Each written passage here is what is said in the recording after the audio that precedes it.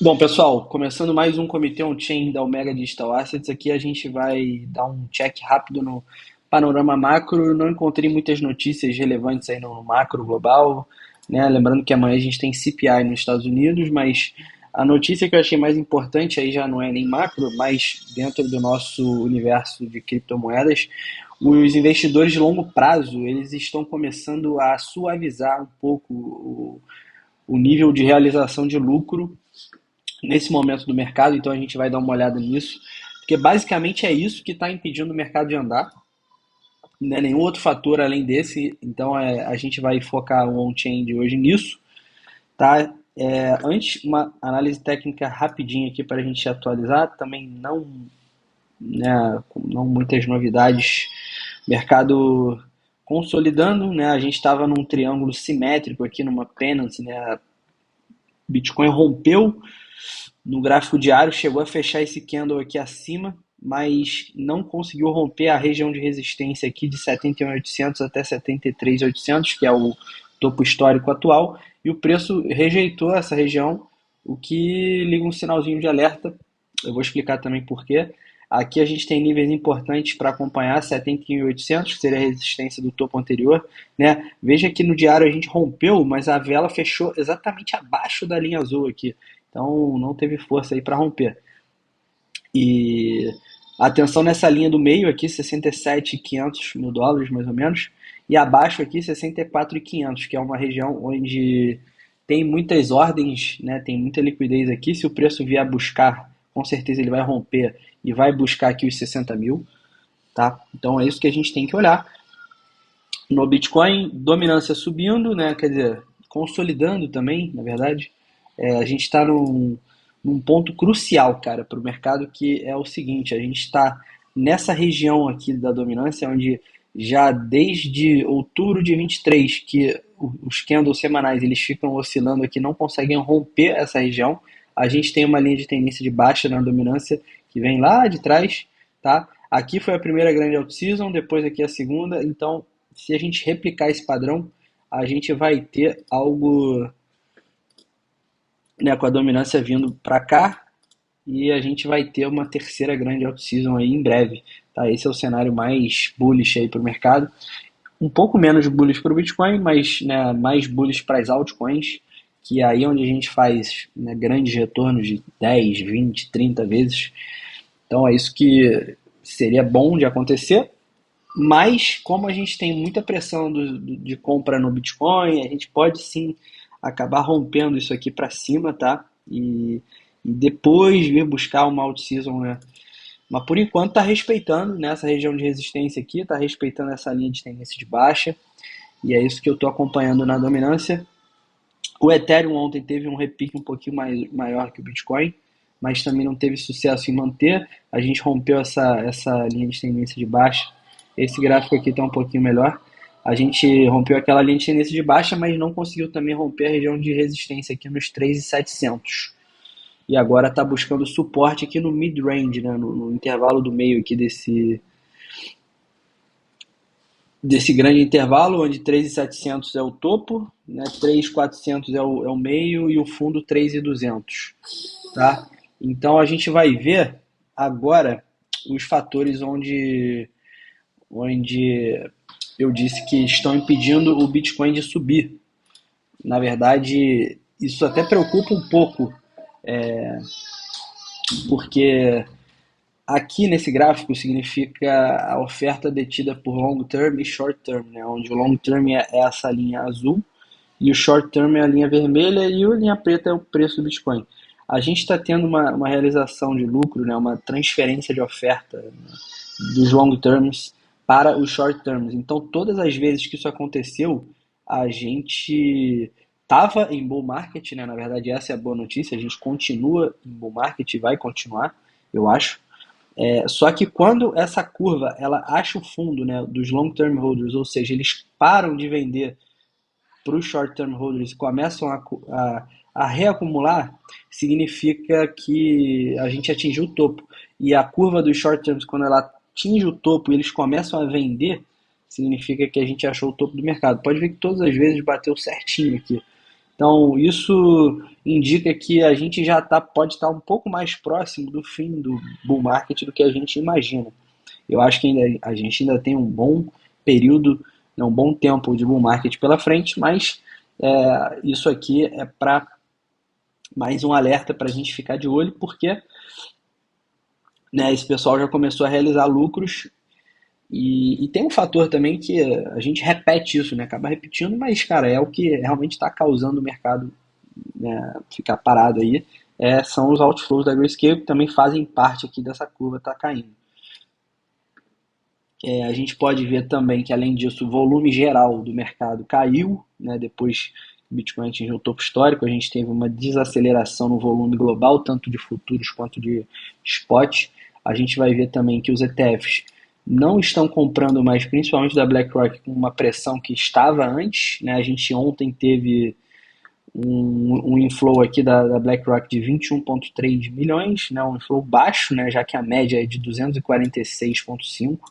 Na sexta-feira a gente teve um inflow bom, 308,8, mas diminuiu bastante, cara, os inflows aí do iBit, né? Da Fidelity a gente teve uma compra interessante ontem.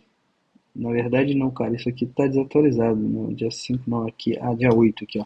Na verdade dia 6 foram 6,3 milhões, não foi tão bom assim, né, já que a média aqui é 132. E a gente teve um outflow da Grayscale bastante forte, né, acima da média de 263,5.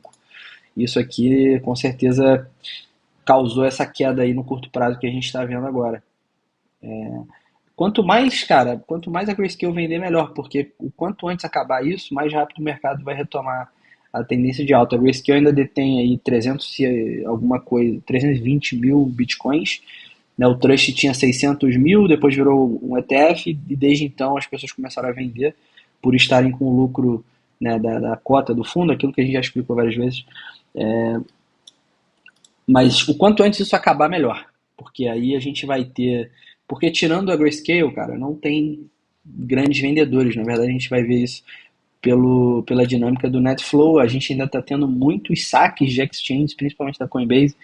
Olha só, grandes quantidades de bitcoins sendo retiradas. Né? A quantidade de bitcoins aí já está próxima a 10%, né? Já está em 11 alguma coisa. É uma mínima de 7 ou 8 anos. Então, essa dinâmica me faz acreditar que a gente vai ter um choque de oferta aí, iminente, depois do halving, né, com certeza. Mas esses outflows precisam parar e a gente precisa diminuir esse volume de venda, porque tirando isso não tem grandes vendedores no mercado, não tem mais vendedores no mercado. Se você pegar os grandes holders, né, Michael Saylor, esses caras não vão vender. O Michael Saylor acho que nunca vai vender Bitcoin. O dia que ele vender vai ser engraçado, porque ele diz que vai comprar o topo para sempre, ele tem capacidade financeira para fazer isso. Coinbase, né, diminuiu um pouco as suas quantidades de Bitcoin, mas também vai segurar para sempre. A Tether, a Tesla vendeu uma parte, né, em 2021, mas segurou o restante. Então a gente tem grandes investidores que não vão vender por enquanto, e acredito que não tão cedo. E tem uma coisa interessante que a SEC exigiu um formulário aí para as pessoas que têm acima de 100 milhões de dólares investido em criptomoedas ou Bitcoin ou em ETF a realizarem essa declaração. Isso vai ser posto em vigor em maio, cara. Então vai ser interessante ver também. Com certeza vão aparecer nomes importantes aí nessa lista. Eu estou ansioso para ver isso.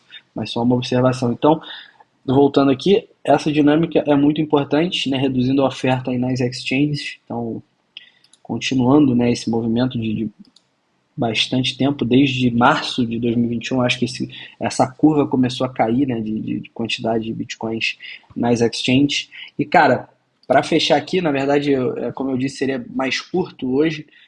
Não encontrei tantos fatores aí importantes para a gente falar.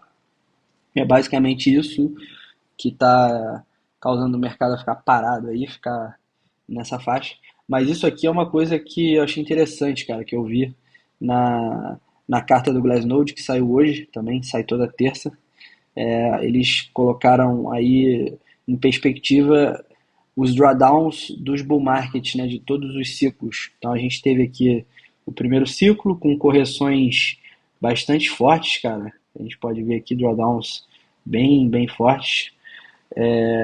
A média aí de 23%, aqui no segundo ciclo uma média de 38%, no terceiro de 50%, no quarto aqui de 60%.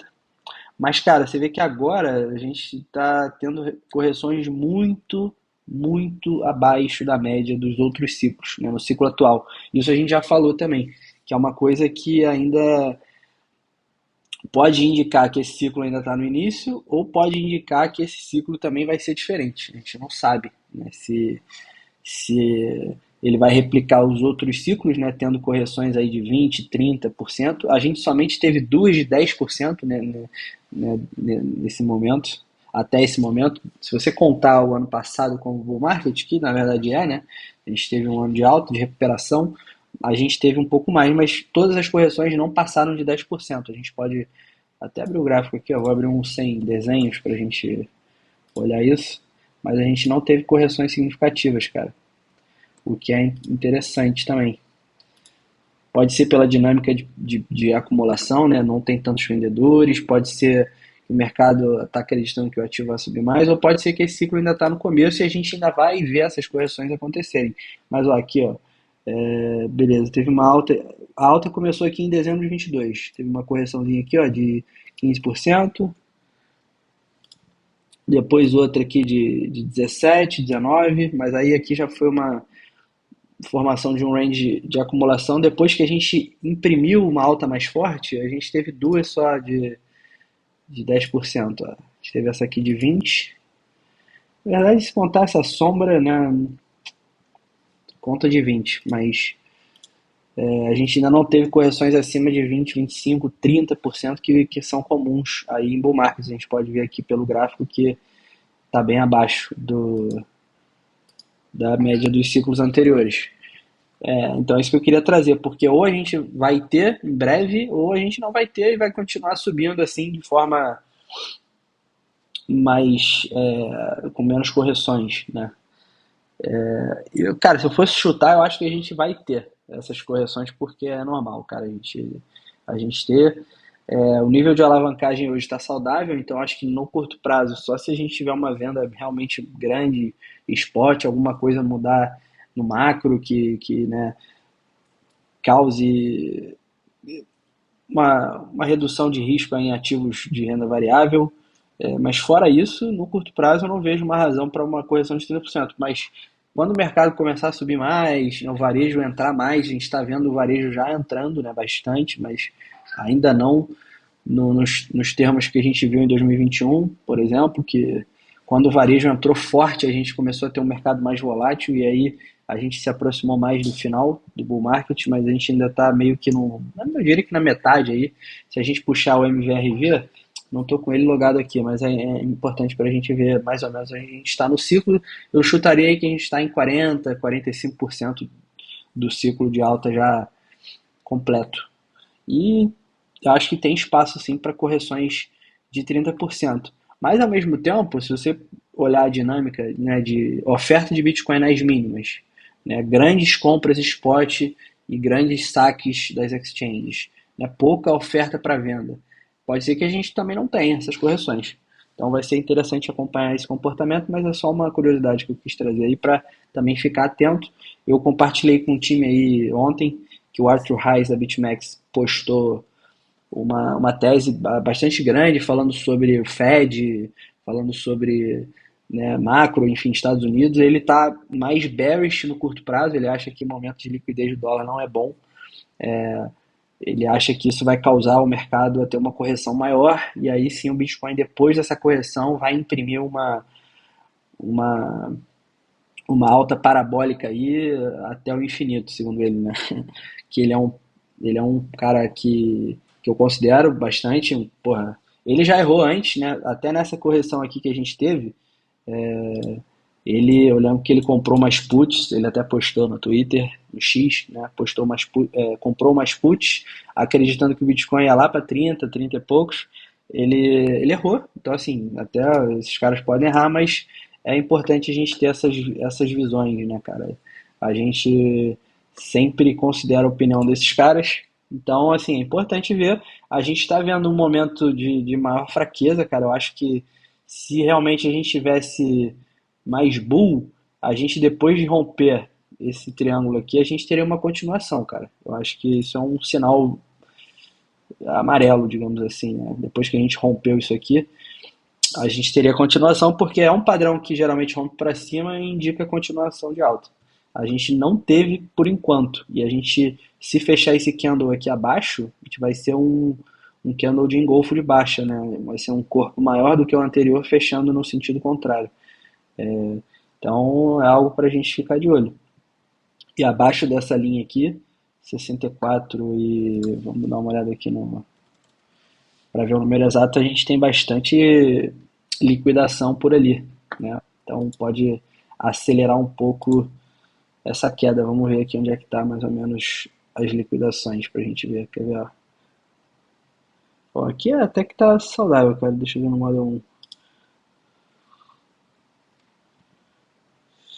Aqui já tem um pouquinho mais de ordem. Abaixo de 68 mil dólares já tem um pouquinho. E acima de 70 também, se a gente. 72 tem até mais ordens. Então o mercado com certeza abriu short aqui, né? Teve posições de head, short, etc. Se a gente conseguir empurrar também para cima, aí o preço vai explodir. Mas se não, a gente vai. Pode ver um Bitcoin aí 60, talvez sub 60, mas eu acho que seria o pior caso, cara. Ver abaixo de 60 aqui, perdendo esse último suporte, seria o pior cenário pra gente. Mas enquanto isso, mercado parado, né? A gente fechou as posições aqui que a gente estava, né? Near, Fire, todas com lucro, né? Mas eu vou permanecer de olho para reentrar, mas sempre bom, né, fazer isso. Quando o preço anda, a gente bota uma posição de proteção, o mercado volta, a gente devolve um pouco do lucro, mas não toma stop, e depois pensa em reentrar aí. Beleza, galera? Esse foi mais um on-chain aí dessa semana.